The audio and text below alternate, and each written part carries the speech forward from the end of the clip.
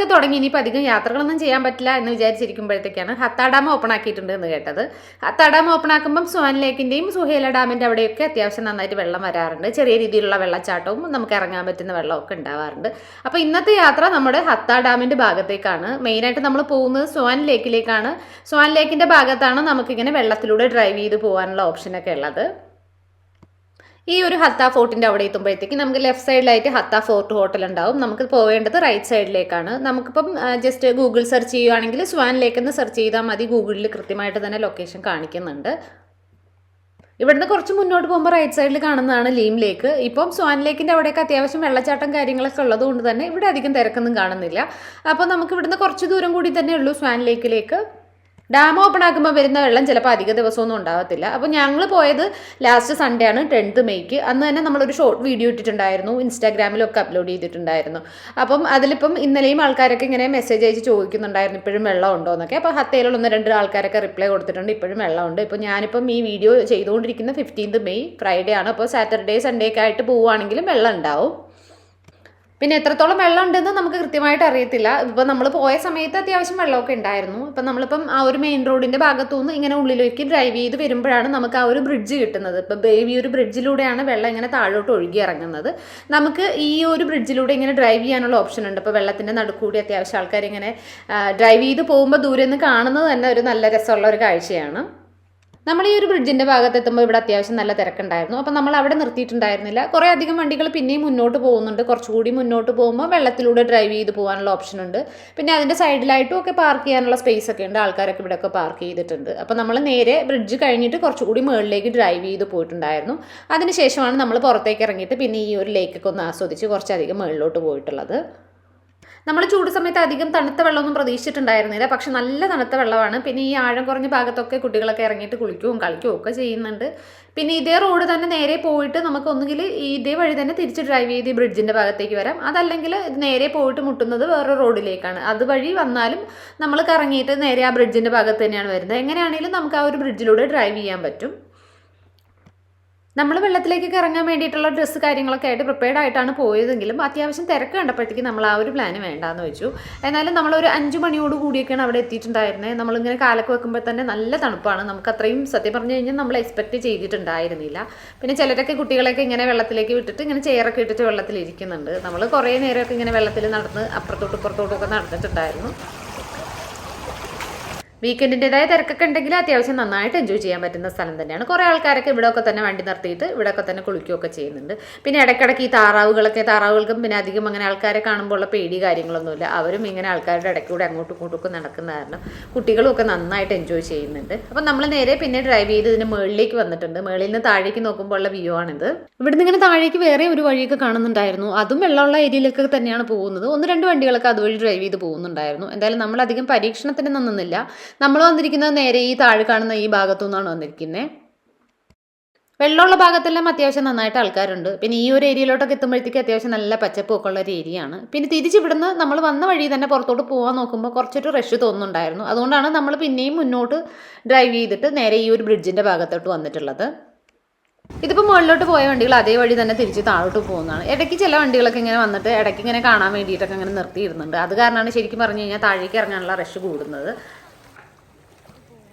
അപ്പം നമ്മൾ നേരെ പോയിട്ട് കറങ്ങിയിട്ട് ബ്രിഡ്ജിൻ്റെ മറുഭാഗത്ത് എത്തിയിട്ടുണ്ട്. പിന്നെ ഇതിനിടയ്ക്ക് കൂടി ചില കുട്ടികളൊക്കെ ഇങ്ങനെ സൈക്കിളിലൊക്കെ പോകുന്നുണ്ട്. അപ്പോൾ അങ്ങനെ പോകുന്ന സമയത്താണെങ്കിൽ നമുക്ക് വണ്ടി അങ്ങനെ സ്പീഡായിട്ട് ഓടിക്കാൻ പറ്റില്ല. പിന്നെ ഈ ബ്രിഡ്ജിൻ്റെ താഴ്ഭാഗത്തായിട്ട് വെള്ളം വീഴുന്ന ഭാഗത്ത് കുറേ ആൾക്കാർ ഇങ്ങനെ കുളിക്കാനൊക്കെ നിൽക്കുന്നുണ്ട്. അപ്പോൾ അവരാണെങ്കിൽ ഇങ്ങനെ ഓരോ വണ്ടികൾ സ്പീഡായിട്ട് പോകുന്നതിന് വേണ്ടിയിട്ട് വെയിറ്റ് ചെയ്യണം. അത്യാവശ്യം വണ്ടികൾ പോകുമ്പോൾ നല്ല ഫോഴ്സിൽ ഇങ്ങനെ താഴേക്ക് വെള്ളം വീഴുന്നുണ്ട്.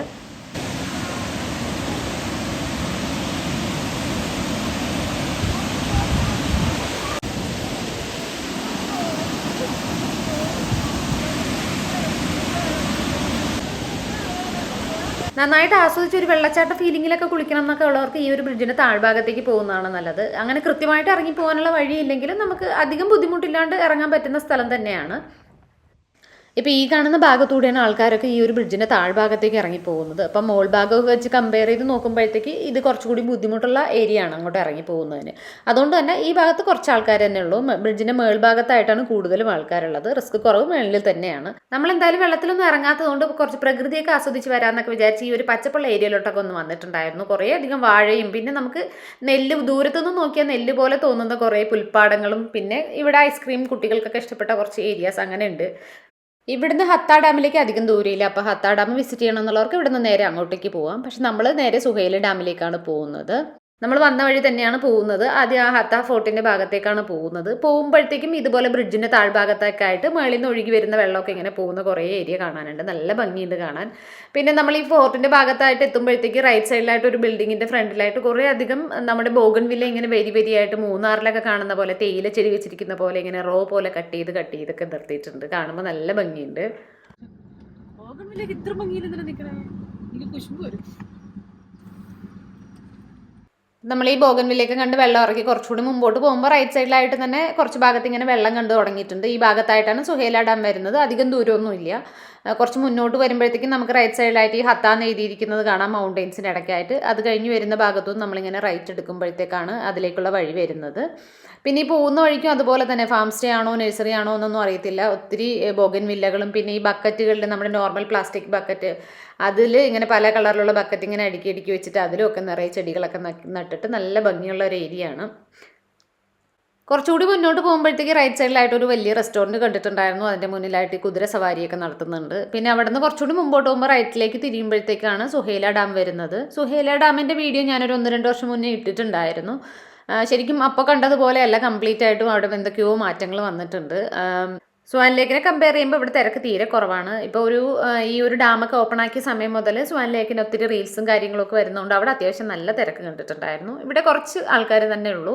പക്ഷെ മുമ്പാണെങ്കിൽ നമുക്കിങ്ങനെ അവിടുത്തെ പോലെ തന്നെ വെള്ളം ഒഴുകി പോകുന്ന ഭാഗത്തുനിന്ന് നടന്ന് കയറാനുള്ള സ്ഥലമൊക്കെ ഉണ്ടായിരുന്നു. പക്ഷേ ഇപ്പം അതൊക്കെ കംപ്ലീറ്റ് ആയിട്ട് അങ്ങനെ മാറ്റം വന്നിട്ട് പിന്നെ കുറച്ചധികം പുല്ലൊക്കെ ഇവിടുന്ന് ഇങ്ങനെ വെട്ടി മാറ്റി എന്തൊക്കെയോ ചേഞ്ചസ് ഒക്കെ വരുത്തിയിട്ടുണ്ട്. അപ്പം വെട്ടിയ പുല്ലൊക്കെ ഇങ്ങനെ സൈഡിലിട്ടിരിക്കുന്നത് കാരണം വെള്ളത്തിലേക്ക് അധികം ഇറങ്ങാനുള്ള ഒരു സൗകര്യം ഇല്ല എന്ന് തന്നെ പറയാം. എന്നാലും നമുക്ക് ഈ വെള്ളത്തിലൂടെ തന്നെ ഡ്രൈവ് ചെയ്ത് അപ്പുറത്ത് പോകാനുള്ള ഓപ്ഷനൊക്കെ ഉണ്ട്. അപ്പോൾ നമ്മൾ കുറച്ച് സമയം ഇവിടെ ഒക്കെ ഒന്ന് സ്പെൻഡ് ചെയ്തിട്ട് അപ്പുറത്തെ സൈഡിലേക്ക് ഡ്രൈവ് ചെയ്ത് പോയിട്ടുണ്ടായിരുന്നു. പിന്നെ വെള്ളച്ചാട്ടം താഴേക്ക് വീഴുന്നതിൻ്റെ 2 ഭാഗത്തായിട്ട് സ്റ്റെപ്പ് ഉണ്ട്. നമുക്ക് വേണമെങ്കിൽ ആ സ്റ്റെപ്പ് വഴി കയറി തന്നെ ആ മുകളിൽ ആ ഫെൻസ് കെട്ടിയിരിക്കുന്ന ഭാഗത്തേക്ക് പോവാം. നമ്മളിതിന് മുന്നേക്ക് വന്നിട്ടുള്ളതാണ്. അപ്പോൾ നമ്മളതിന് മുകളിലൊക്കെ പോയിട്ടുണ്ടായിരുന്നു. പിന്നെ ആ സമയത്തൊക്കെ വെള്ളം വീഴുന്ന ഭാഗത്ത് താഴ്ഭാഗത്തായിട്ട് ആൾക്കാർ നിന്നിട്ട് വെള്ളം തലയിൽ വീഴുന്ന വിധത്തിൽ നിന്ന് കുളിക്കുകയൊക്കെ ചെയ്യുന്നുണ്ടായിരുന്നു. പക്ഷേ അവിടെ നന്നായിട്ട് വഴുക്കുന്ന സ്ഥലമാണ്. ഇപ്പം പക്ഷേ അവിടേക്ക് ആരും തന്നെ പോകുന്നത് കണ്ടിട്ടുണ്ടായിരുന്നില്ല. അപ്പം നമ്മൾ ഇപ്പം ഈ കാറുകൾ വരുന്ന ഭാഗത്തൂടെ നേരെ അതിൻ്റെ ഓപ്പോസിറ്റ് ഭാഗത്തേക്കൊന്ന് ഡ്രൈവ് ചെയ്ത് പോയിട്ടുണ്ടായിരുന്നു. സോണിയ വരണ്ടാ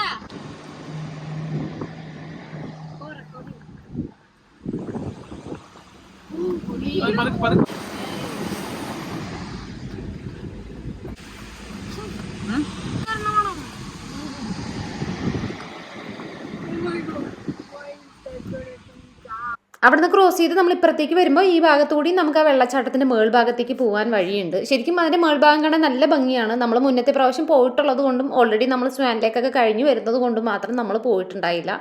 നമ്മൾ പിന്നെ കുറച്ച് സമയം ഇവിടെ ഒന്ന് സ്പെൻഡ് ചെയ്യാം, റിലാക്സ് ചെയ്ത് പോകാം എന്ന് വിചാരിച്ചിട്ടാണ് നമ്മൾ ഇവിടെ സ്പെൻഡ് ചെയ്തിട്ടുള്ളത്.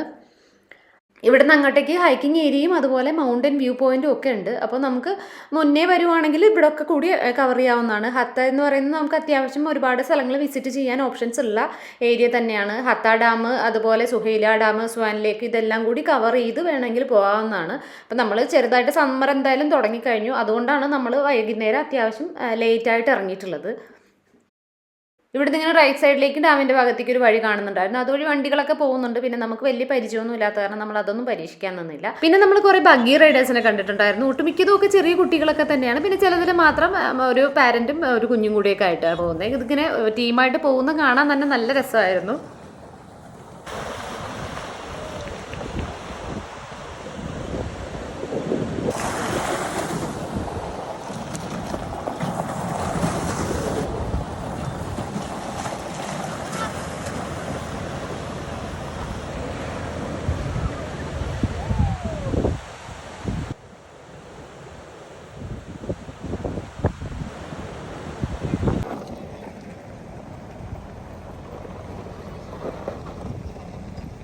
കുട്ടികളൊക്കെ ഞങ്ങളോട് ഇങ്ങനെ ഹായ് ഒക്കെ പറഞ്ഞാണ് പോകുന്നത്. ശരിക്കും പറഞ്ഞു കഴിഞ്ഞാൽ ഓടിച്ചു പോകുന്നവരേക്കാൾ സന്തോഷമായിരുന്നു കണ്ടു ഞങ്ങൾക്ക്.